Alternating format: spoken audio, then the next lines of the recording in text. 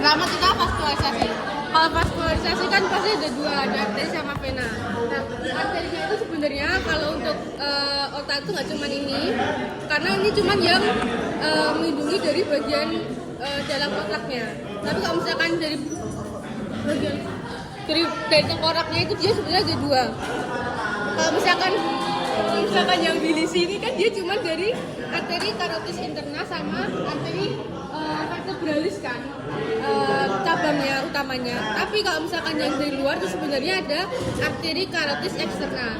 Yang mana kalau arteri karotis eksterna itu nanti dia yang memvaskularisasi dari wajah sama leher dan juga tengkorak. Terus kalau misalkan arteri karotis yang interna nanti yang akan memvaskularisasi bersama dengan vertebralis ini. Nah, fungsinya dari sirkulus arteriosus bilisi ini apa? Ya, kolateral. Jadi dia tuh supaya arteri-arteri di sini ini bisa saling membackup. Misalkan dia ada sumbatan di salah satu arterinya, misalkan sumbatannya di sini. Dia tuh misalkan ini memvaskularisasi semua arteri di sini kan pasti akan memvaskularisasi lobus-lobus tertentu di korteks cerebri kan. Nah, kalau misalkan dia itu ada sumbatan, habis itu didiamkan begitu saja, nanti tuh fungsi dari lobusnya itu akan hilang. Misalkan yang hilang itu fungsi dari motorik, nanti berarti kan jadi paralisis kayak gitu ya. Nah, supaya itu nggak terjadi, sumbatannya ini bisa dibantu oleh arteri-arteri lain yang masih dalam sirkulus arteriosus bilisi ini. Pertama itu dari arteri karotis interna. Arteri karotis interna ini dia akan bercabang menjadi dua. Jadi arteri cerebri media sama arteri cerebri anterior, dextra dan sinistra. Nah, arteri cerebri anteriornya, dextra dan sinistra itu akan digabungkan oleh arteri komunikan anterior. Kemudian yang kedua itu adalah dari arteri vertebralis. Arteri vertebralis ini dia akan bergabung yang dextra dan sinistra menjadi arteri basilar. Arteri basilaris kemudian akan menjadi arteri cerebri posterior. Nah, arteri cerebri posterior ini akan menjadi satu dengan arteri cerebri media tadi melalui arteri komunikan posterior. Kayak gitu. Sebenarnya ini cukup simpel. Ada yang mau tanya nggak ini? Ada yang mau ditanya? Nah, kita lanjut ke venanya. Venanya ini dia drainase vena ini juga sebenarnya cukup simpel. Jadi kan setelah kalau arteri kan dia yang mensuplai oksigen, kayak memberi makan. Nah, vena ini dia akan mengambil sisa-sisa sampahnya buat dimasukkan ke jantung lagi kan. Nah, drainase vena ini dia ada dari tiga arah, dari atas, dari depan, sama dari bawah. Yang akan bersatu di protuberantia occipitalis, namanya confluent sinum. Nah, yang dari bawah dia itu dari sinus occipitalis, dari atas dari sinus occipitalis.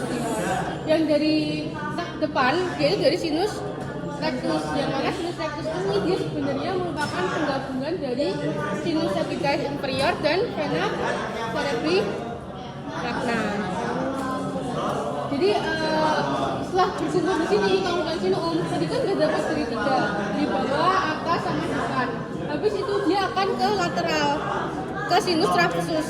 Ke sinus transversus, habis itu dia akan turun ke sinus sigmoideum. Turun ke sinus sigmoideum, kemudian dia akan ke vena jugularis interna. Dari vena jugularis interna dia akan ke vena cava superior, habis itu ke jantung. Itu. Yang ini ada yang ingin naik nggak? Lanjut ke diencephalon. Nah, diencephalon ini sebenarnya sering disebut sebagai diencephalon ini dia sering disebut sebagai between brain karena dia terletak di hemisferium cerebri. Maaf ya kalau kecil itu. Karena dia terletak, kamu nggak kelihatan ya? Karena terletak di hemisferium cerebri dan mesencephalon. Nah, diencephalonnya ada 4 macam, apa aja? Thalamus, hipotalamus, epitalamus, subthalamus. Nah, waktu itu kalian udah dapat kuliahnya Dr. Nanang belum? Belum. Pertama ada thalamus dulu. talamus ini dia tuh ada dua sebenarnya, kanan sama kiri, yang mana dia itu digabungkan oleh adisio intertalamica. Tapi nukleus yang ada di talamus ini sebenarnya ada 5, yaitu nukleus anterior talamus, nukleus posterior talamus, nukleus lateralis talamus, nukleus medianus talamus, sama nukleus medialis talamus. Terus kalau yang posterior ini dia sebenarnya ada 3. Yang posterior ini dia ada 3 nukleusnya. Nukleus itu apa sebenarnya? Definisi nukleus. Nuklei. Bener. Badan sel yang ada di iya, saraf pusat. Kalau misalkan badan sel di sistem saraf tepi, ganglion. Nah, kalau yang di posterior itu dia ada 3. Ada pulvinar sama corpus geniculatum lateral dan corpus geniculatum medial. Kalau yang corpus geniculatum lateral itu kan mendapat dari tractus opticus, yang artinya si corpus geniculatum yang lateral itu adalah tempat berakhirnya jaras penglihatan. Tapi kalau misalkan yang medial, dia itu adalah tempat berakhirnya jaras pendengaran. Nah, kalau yang pulvinar ini dia adalah tempat integrasinya, jadi pencampurannya. Nah, maka dari itu talamus ini disebut juga sebagai relay station. Jadi kayak halte-haltenya gitu loh. Nah, talamus ini merupakan relay station dari semua impuls sensorik kecuali olfaktorius atau penciuman. Karena kalau misalkan olfaktorius dia itu langsung ke encephalon di bulbus olfaktorius. Lanjut kita ke epitalamus. Nah, epitalamus ini dia ada 2. Ada nukleus habendularis sama glandula pinealis. Nukleus habendularis ini dia merupakan efferent olfaktorius, artinya dia menerima impuls sensorik penciuman juga. Ini waktu itu pas kuliah itu pernah Dr. Nanang tuh kayak ngasih soal di PPT-nya kan, terus disuruh ngerjain semuanya. Nah, salah satu pertanyaannya itu adalah bagian dari diencephalon yang menerima impuls penciuman. Jawabannya berarti nukleus habendularis. Kalau misalkan ditanya bagian dari encephalon yang menerima impuls sensorik, jawabannya bulbus olfaktorius. Nah, habis itu ada kalau glandula pinealis, dia itu untuk menginhibisi hormon hipotalamus dan dia menghasilkan melatonin, ya, artinya untuk siklus sirkadian, kayak kapan kita bangun, kapan kita tidur, itu untuk jam biologis. Ini epitalamusnya. Habis itu ada subtalamus. Subtalamus ini dia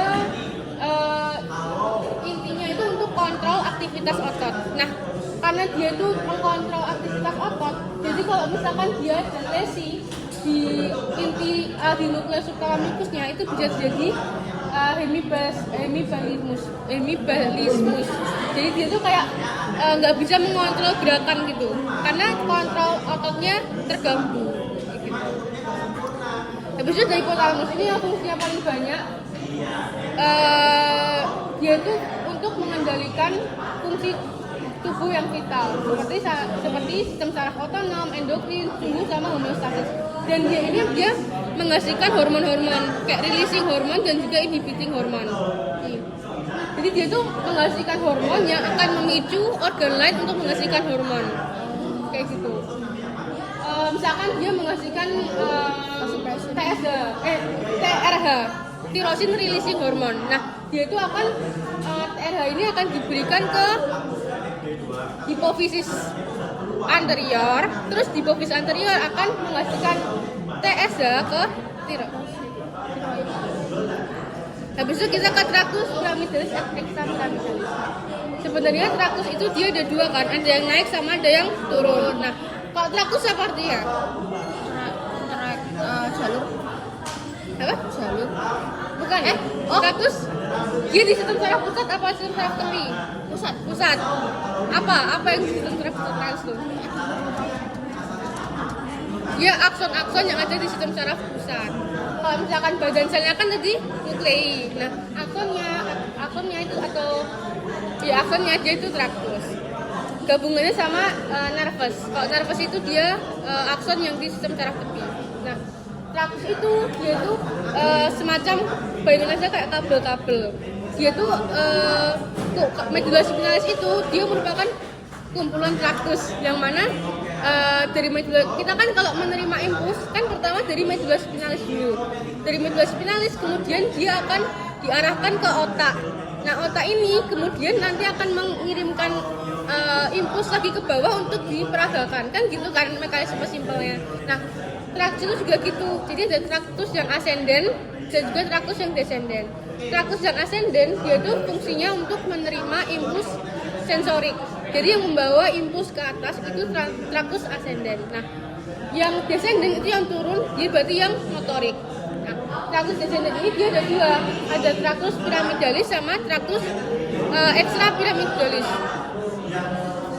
Bedanya apa? Kalau trakus yang piramidalis itu merupakan motorik volunteer, yang artinya dia tuh motorik primernya. Misalkan kayak berjalan, menulis gitu kita sadar melakukannya kan. Itu dari trakus piramidalis. Kalau misalkan trakus extra piramidalis dia itu cuma untuk menunjang dari gerakan di trakus piramidalis. Trakus extra piramidalis ini lebih ke gerakan-gerakan yang tidak kita sadari. Makanya kalau misalkan pada bayi dia itu belum sempurna trakus extra piramidalisnya. Jadi dia kayak memegang terus sempat ke benda-benda lunak itu dia belum begitu bisa karena ininya belum begitu terbentuk sempurna. Ini trakus piramidalisnya dia pokoknya dari kotak cerebri itu trakusnya trakus descendant itu pasti asalnya dari kotak cerebri. Baru dia akhirnya akan ada di kornu anterior medula spinalis. Nah, kalau trakus descendant tadi kan dia motor neuron kan. Dia itu ada dua sebenarnya. Ada lower motor neuron.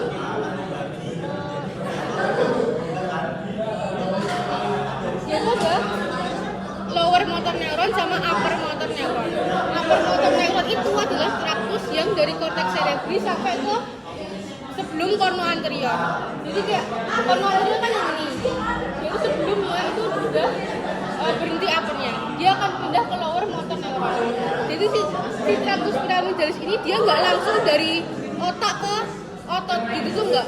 Jadi dia harus pindah dulu dari upper kemudian ke lower baru ke ototnya. Kalau misalkan extra piramidalis itu kalian harus bisa hafalin sih. Kalau misalkan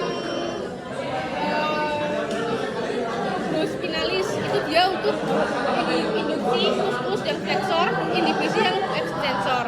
Rubro ini kebalikannya sama vestibulo. Yang vestibulo itu dia berarti induksi yang ekstensor, inhibisi yang flexor. Ini nanti kalian apakah siapa tahu keluar. Kita ke sistem limbik. Sistem limbik ini dia adalah yang berfungsi untuk mengontrol pembentukan perilaku. Jadi dan juga berhubungan dengan memori. Misalkan kalian nyium parfum, itu kan kadang kalian teringat memori-memori gitu kan. Nah ini hubungannya dengan sistem limbik kita, dimana dia itu merupakan bagian dari hipotalamus. Ini komponen-komponen dari sistem limbiknya.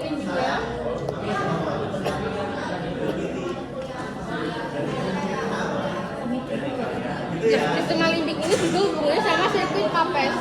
Jadi sirkuit Papez itu dia merupakan jalur lintasan dari sistem limbik pada cerebrum.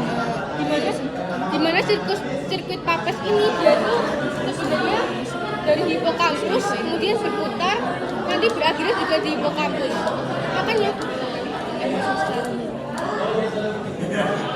Makanya kalau misalkan dia ada hipokampus itu kan dia fungsinya untuk mengubah memori yang short term ke long term, artinya membentuk suatu memori. Jadi kalau misalkan hipokampusnya lesi itu dia bikin nggak bisa mengingat memori itu lama gitu. Ya Allah, aku apa ya?